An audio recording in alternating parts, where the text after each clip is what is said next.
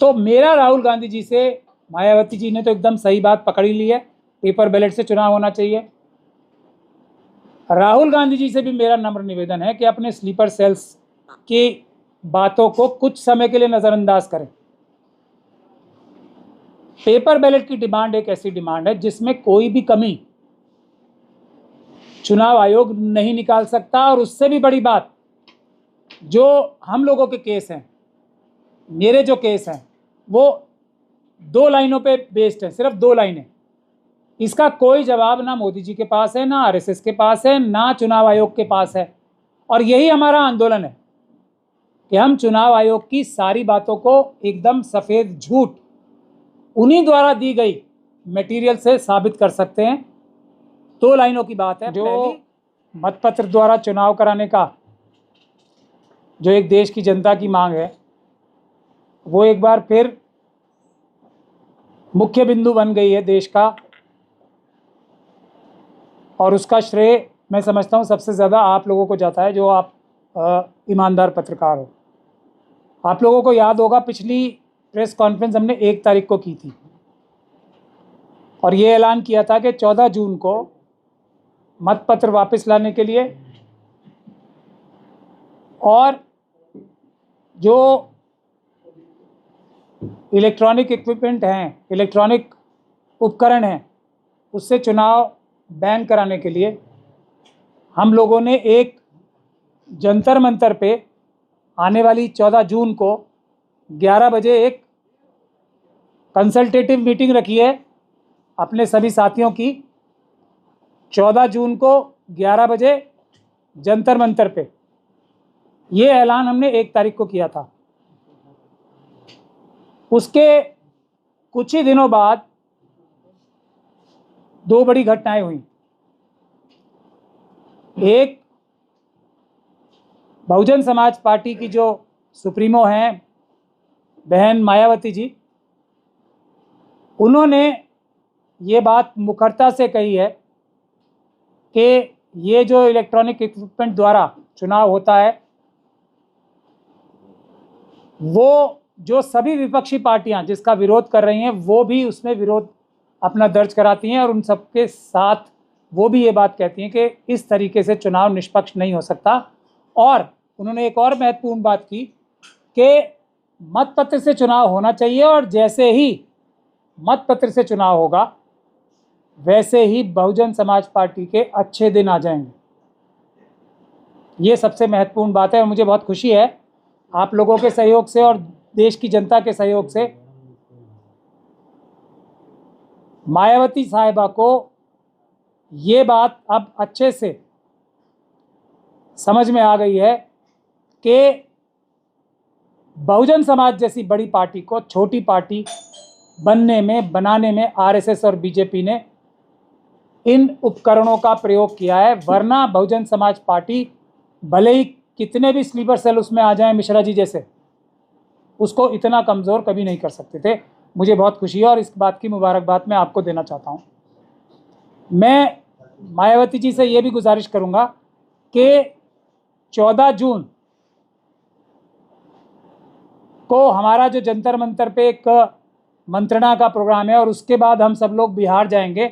पटना में एक बड़ा प्रोग्राम 14 तारीख को ही अनाउंस करेंगे और उसके बाद बिहार के हर एक डिस्ट्रिक्ट में मतपत्र वापस लाने के लिए चुनाव मतपत्र से ही होना चाहिए, उसके लिए आंदोलन, बिहार में बड़ा आंदोलन शुरू करेंगे।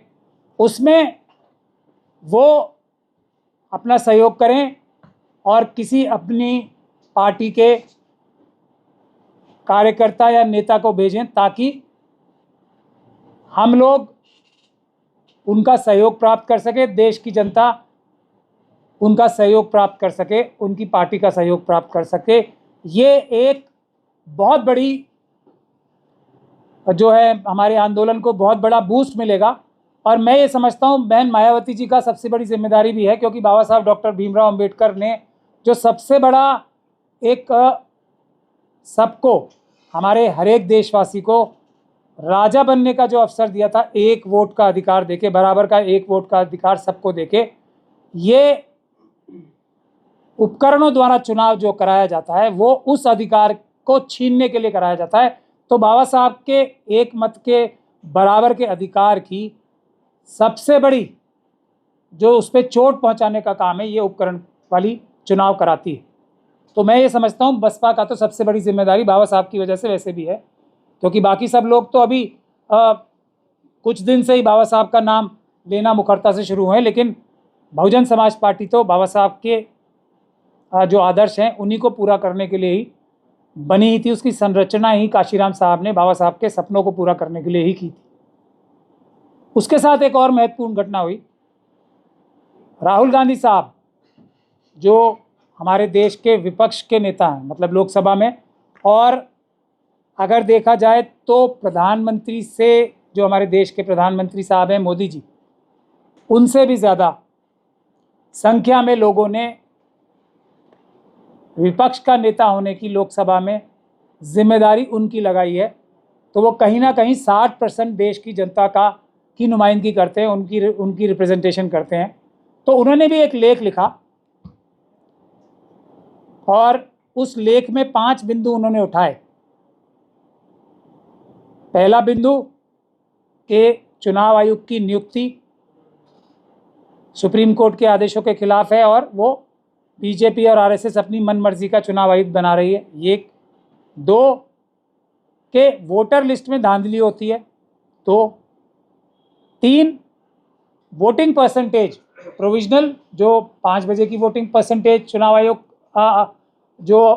जिसकी घोषणा करता है और उसके अगले दिन जो घोषणा करता है उसमें 8% तक का बढ़ोतरी हो जाती है, ये तीसरा। और चौथा कि Bharatiya Janata party selective voting करा के, मतलब बूथ वाइज बोगस पोलिंग करा के, बोगस वोटिंग करा के चुनाव जीतती है। और 5वां, वो देश की जनता से जो एविडेंस है, जो सबूत है, वो छुपाती है, सीसीटीवी और वीडियोग्राफी ना देके। राहुल गांधी जी ने अपने एडिटोरियल में मेरा नाम तो नहीं लिखा, शायद जो स्लीपर सेल्स हैं उन्होंने रोक लिया होगा राहुल गांधी जी को मेरा नाम लिखने से अपने एडिटोरियल में, और मुझे उसकी कोई तकलीफ भी नहीं है। लेकिन मेरे वाले केस का जिक्र ज़रूर किया कि पंजाब हरियाणा हाई कोर्ट से जो आदेश हुआ था वो मेरे वाले ही केस में हुआ था।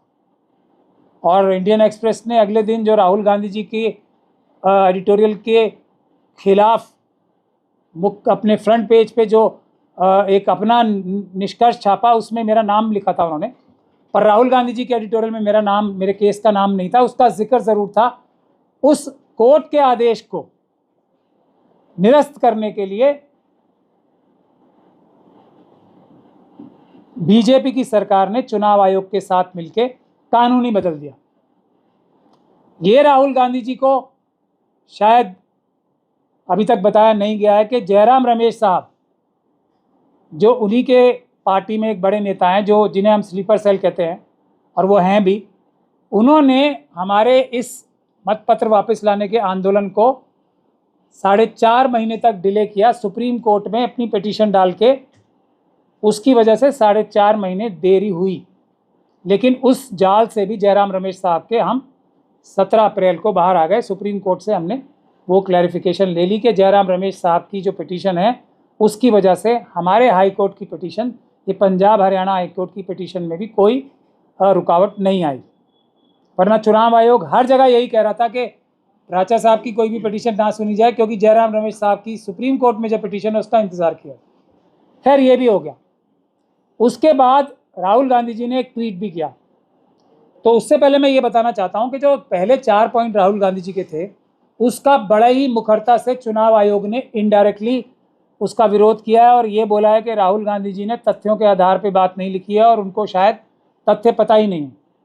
उनका जो ईगल ग्रुप है, जो बहुत ही एक्सपर्ट ग्रुप बता के उनको बनाया गया है चुनाव में धांधलियाँ रोकने के लिए, उन्होंने राहुल गांधी जी के डिफेंस में कोई बात अभी तक नहीं कही है। चुनाव आयोग को गलत ठहराया नहीं है। जो चुनाव आयोग ने अपना राहुल गांधी जी का जो एडिटोरियल था उसको झूठा ठहराया है। इसको झूठा ठहराने के लिए मुश्किल से 10 ही मिनट लगेंगे अगर कोई समझदार व्यक्ति हो कि चुनाव आयोग राहुल गांधी जी के ऊपर गलत टिप्पणी कर रहा है। लेकिन ईगल ग्रुप ने अभी तक ऐसा कुछ किया नहीं है, ना कांग्रेस पार्टी के किसी बड़े नेता ने तथ्यात्मक आधार पे कुछ ऐसा कहा है। अगर वो चाहें तो प्यारेलाल गर्ग साहब हैं, डॉक्टर प्यारेलाल गर्ग, क्योंकि उनका सारा डेटा तो वहीं से आता ना, ईगल ग्रुप का। पैसे भले ही वो कितने खर्च करा लें कांग्रेस पार्टी के, लेकिन डेटा तो सारा प्यारेलाल गर्ग साहब से ही वो एक तरीके से प्लेजरिज्म करते हैं। तो उनसे ही पूछ लें, वो उसका जवाब बता देंगे कि किस प्रकार से चुनाव आयोग बिल्कुल झूठ बोल रहा है और राहुल गांधी जी ने जो तथ्य जनता के सामने लाए हैं वो सही। लेकिन पांचवा मुद्दा जो राहुल गांधी जी ने उठाया अपने एडिटोरियल में, उसका कोई जवाब चुनाव आयोग नहीं दे पाया है। ना एएनआई के अपने जो छद्म रूप से उन्होंने अपना बयान छपाया है जो भी किया है, ना इंडियन एक्सप्रेस के अगले दिन के न्यूज़ आर्टिकल में उस बारे में कोई भी जवाब दे पाया है चुनाव आयोग, ना ही इंडियन एक्सप्रेस की जो खोजी पत्रकारिता थी वो भी। तो मेरा राहुल गांधी जी से, मायावती जी ने तो एकदम सही बात पकड़ी ली है, पेपर बैलेट से चुनाव होना चाहिए। राहुल गांधी जी से भी मेरा नम्र निवेदन है कि अपने स्लीपर सेल्स की बातों को कुछ समय के लिए नजरअंदाज करें। पेपर बैलेट की डिमांड एक ऐसी डिमांड है जिसमें कोई भी कमी चुनाव आयोग नहीं निकाल सकता। और उससे भी बड़ी बात, जो हम लोगों के केस हैं, मेरे जो केस हैं, वो 2 लाइनों पे बेस्ड है, सिर्फ 2 लाइनें। इसका कोई जवाब ना मोदी जी के पास है, ना आरएसएस के पास है, ना चुनाव आयोग के पास है। और यही हमारा आंदोलन है कि हम चुनाव आयोग की सारी बातों को एकदम सफ़ेद झूठ उन्हीं द्वारा दी गई मटेरियल से साबित कर सकते हैं। 2 लाइनों की बात है। पहली, कि चुनाव आयोग ने जो स्वयं घोषित, उनका स्वयं घोषित जो प्रोसीजर है, जो तरीका है चुनाव कराने का और चुनाव की सभी प्रक्रियाओं की वीडियोग्राफी करने का, उसकी कॉपी कानूनी रूप से एक नागरिक का, और क्योंकि महमूद प्राचा भी एक नागरिक हैं जिसने इसमें कानूनी कार्रवाई कर रखी है, उसका अधिकार है वो वीडियोग्राफी और सीसीटीवी फुटेज और फॉर्म 17C दे दे। और अगर उस सीसीटीवी फुटेज, वीडियोग्राफी में और फॉर्म 17C के माध्यम से ये नजर आ जाता है जनता को, मैं कोई काम नहीं करूंगा, सिर्फ इतना ही करूंगा, ये रही वीडियोग्राफी, जनता देखे और खुद फैसला करे कि क्या मशीनें बदली जा रही हैं या नहीं बदली जा रही, क्या मशीनों में छेड़छाड़ हो रही है या नहीं हो रही, क्या सिंबल लोडिंग यूनिट के टाइम पे चारों के चारों उपकरण जो है, symbol loading unit, BU, CU और वीवीपैट जोड़े जाते हैं एक साथ या नहीं जोड़े जाते, क्या अलग अलग समय पे इलेक्ट्रॉनिक इक्विपमेंट जो हैं मशीनों के आसपास मंडराते हैं या नहीं मंडराते। ये सभी बातें क्या चुनाव आयोग ने अपना ही प्रोटोकॉल फॉलो किया नहीं किया, वीडियोग्राफी और सीसीटीवी के फुटेज के माध्यम से नजर आ जाएगा। एक ही डिमांड है, बस एक ही, इसका कोई जवाब चुनाव आयोग के पास नहीं है। और इस चीज़ को रोकने के लिए वो कानून बदलने की हद तक जा सकते हैं, लेकिन वो कानून बदल के भी, मैं ये बात पूरी जिम्मेदारी के साथ कह रहा हूँ, उस कानून को बदल के भी वो वीडियोग्राफी देने से हमें नहीं रोक सकते। हम पंजाब एंड हरियाणा हाईकोर्ट में कंटेम्प्ट पिटीशन लगा रहे हैं और उसका नोटिस हम पहले दे चुके हैं सबको, Punjab and Haryana high court, Punjab and Haryana के CEOs को भी, CEO को भी और हर एक डिस्ट्रिक्ट इलेक्शन ऑफिसर को भी। तो अगर एक ही पॉइंट रखा जाएगा, और ये सब हम क्यों दिखा रहे हैं कि इन उपकरणों में, इलेक्ट्रॉनिक उपकरणों में कितनी धांधली होती है, और उसको कहने का मतलब हमारा क्या है, धांधली दिखा के जनता और मजबूती से सड़कों पे आए और बोले पेपर बैलेट से चुनाव चाहिए, हमें इन उपकरणों द्वारा चुनाव चाहिए ही नहीं। बस 2 लाइन का सारा आंदोलन है। इसके बारे में ना पूरी RSS कुछ कह पा रही है, ना मोदी जी और अमित शाह जी, ना ही चुनाव आयोग। तो क्यों हमें ऐसी बातों में जाना है। पहले 4 पॉइंट जो राहुल गांधी जी के हैं, जिसपे हम लोग ये कहते रहेंगे कि चुनाव आयोग झूठ बोल रहा है और चुनाव आयोग ये बोलेगा कि राहुल गांधी जी झूठ बोल रहे हैं। क्यों पढ़ना है इस आर्ग्यूमेंटेटिव बात में, सब्जेक्टिव बात में जाना क्यों है। सीधी बात करें ना। 5वां पॉइंट, वीडियोग्राफी दो और वीडियोग्राफी जनता देखे और जनता खुद देख ले चुनाव आयोग क्या अपने कानून के हिसाब से चुनाव करा रहा है या नहीं करा रहा। Matter finish. तो यही मैं निवेदन करना चाहता हूं कि स्लीपर सेल को दूर भगाओ। बसपा वाले जो पार्टी है, बसपा में भी मिश्रा जी को दूर करें, और यहाँ जयराम रमेश जी, वेणुगोपाल और अब तो बहुत सारे जो ईगल ग्रुप में भी हैं, 1-2 को छोड़ के, उनको भी दूर भगाएं और पेपर बैलेट की डिमांड पे वापस आएं। अब कल मैं नागपुर जा रहा हूं, नागपुर में कल जा रहा हूँ और वहाँ पे चुनाव जो है उसकी 2 पिटीशंस में आर्ग्यू करने जा रहा हूँ। तो अदालतों में भी हम ये बात पूरी तरीके से उजागर करने वाले हैं कि क्या मशीनों द्वारा, ये जो उपकरणों द्वारा चुनाव हुआ है वो सही है या गलत है, ये जनता अपने आप से देख ले। तो बहुत दिन पहले हम लोगों ने 70 से ज़्यादा पिटीशंस जो हैं हमारे कहने पे ही और हमारे कन्विंस करने पे ही 70 से ज़्यादा और करीब 100 के करीब पिटीशंस डली हैं। तो महाराष्ट्र की सरकार, जो ये उपकरणों द्वारा चुनी हुई सरकार है, वो अगर 100 सीटों पे चुनाव रद्द होते हैं तो इसका महत्व आप पूरे देश में क्या पड़ेगा ये समझ सकते हैं। उसी प्रकार से चुनाव आयोग उसी प्रकार से जो बिहार में चुनाव कराना चाहता है वो मतपत्र से कराए, उस आंदोलन को भी कितना बल मिलेगा। मेरी ये बात पूरी जिम्मेदारी और पूरे विश्वास के साथ ये मैं कहना चाहता हूँ कि अगर चुनाव मतपत्र से होंगे बिहार में तो तेजस्वी यादव साहब को, राहुल गांधी साहब को और लेफ्ट की पार्टियों का जो ये गठबंधन है इसको ज़्यादा कैंपेनिंग करने की भी ज़रूरत नहीं पड़ेगी। जनता इन्हें खुद ही जिता देगी हर सीट पे, ऑलमोस्ट सारी सीटों पे। तो ज़रूरत इस बात की है कि इतनी मेहनत करके जो जनता को कन्विंस करने में मेहनत लगा रहे हैं, चुनाव में मत जो है गिनने में, मतों को सुरक्षित रखने में ज़्यादा ध्यान लगाएं। अगर ये चुनाव हम मतपत्र से कराने में नाकामयाब भी हो जाते हैं बिहार में, कम से कम हम इतना रोकथाम तो कर ही सकते हैं इन इलेक्ट्रॉनिक उपकरणों में कि धांधली इस हद तक ना हो सके कि बीजेपी वहाँ पे सरकार बना सके। तो मेरी गुजारिश यही है सभी लोगों से कि 14 तारीख को 11 बजे, 14 जून को 11 बजे जंतर मंतर पे आएँ सब बड़ी से बड़ी संख्या में। और उसके बाद बिहार के सभी, मुझे अम्बेडकरवादियों से ये गुजारिश करनी है, हर डिस्ट्रिक्ट के अम्बेडकरवादियों से ये गुजारिश करनी है कि वो अपने अपने डिस्ट्रिक्ट में आंदोलन खड़ा करें मतपत्र वापस लाने का, और हम लोग वहाँ पे आके आंदोलन में उनका साथ देंगे। पटना में हम खुद जाके बड़ी प्रेस कॉन्फ्रेंस भी करेंगे और आंदोलन भी, शुरुआत आंदोलन की बिहार में करेंगे हम। इसका जो हम अनाउंसमेंट है डेट की 15 के, हम पटना कब जाएंगे ये आंदोलन शुरू करने के लिए मतपत्र वापस लाने का, वो हम 14 तारीख को जंतर मंतर से ही करेंगे 11 बजे। तो मुझे आपसे यही गुजारिश करनी थी। हाँ, सुरजेवाला साहब ने, राहुल गांधी जी ने एक और ट्वीट भी किया है कि सुरजेवाला साहब ने जो एक पिटीशन जो डाली थी उसमें 2009 से लेकर 2024 तक जो वोटर लिस्ट है उन्हें दे दी जाए। तो उस पर राहुल गांधी जी ने रिक्वेस्ट की है चुनाव आयोग से।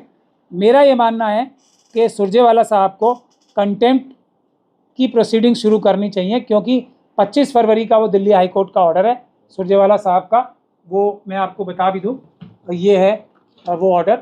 उसमें 3 महीने का टाइम दिया था चुनाव आयोग को। चुनाव आयोग ने 3 महीने तक अगर वो नहीं दिए, क्योंकि 3 महीने 24 मई को ख़त्म हो चुके थे, तो उसके बाद उन्हें कंटेम्प्ट लगानी चाहिए थी। राहुल गांधी जी को कोई गुजारिश करने की चुनाव आयोग से ज़रूरत नहीं है। एक और बात मैं कहना चाहता हूं कि ये सब सबूत जुटा के भी होगा क्या? वोटर लिस्ट में धांधली आपके हाथ आ गई तो उससे क्या हरियाणा का और महाराष्ट्र का चुनाव समाप्त हो जाएगा? नहीं होगा। क्या आगे जो चुनाव आयोग के कार्यकर्ता हैं, जो वोटर लिस्ट इलेक्टोरल ऑफिसर्स हैं अलग अलग जगह पे, क्या वो धांधली करना बंद कर देंगे? नहीं। धांधली रोकने का इलेक्टोरल ऑफिसर्स का जो वोटर लिस्ट है उसमें धांधली रोकने का तरीका भी ये है जो हमने ऑलरेडी कर रखा है। हमने इसकी भी एफआईआर कराने के लिए पार्लियामेंट स्ट्रीट में, पूरे देश में जो ये वोटर लिस्ट में धांधली कर रहे हैं इलेक्टोरल ऑफिसर्स, उसके लिए भी एफआईआर दर्ज कराने के लिए हमने ना सिर्फ पार्लियामेंट स्ट्रीट पुलिस स्टेशन में एफआईआर करा रखी है चुनाव आयोग के सभी अधिकारियों के खिलाफ, बल्कि क्योंकि चुनाव आयोग ने अमित शाही फरमान की वजह से शायद नहीं की एफआईआर दिल्ली पुलिस के अधिकारियों ने, तो हमने अदालत में भी ये मुकदमा भी डाल रखा है। तो असली तरीका ये है वोटर लिस्ट में धांधली रोकने का।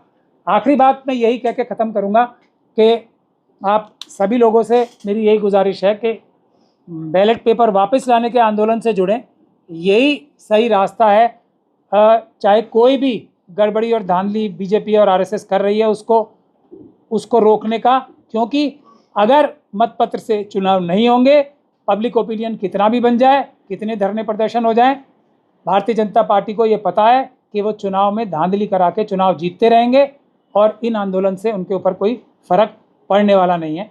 तो हर समस्या का एक ही समाधान है और वो है बैलेट पेपर वापस लाने का। धन्यवाद साथी।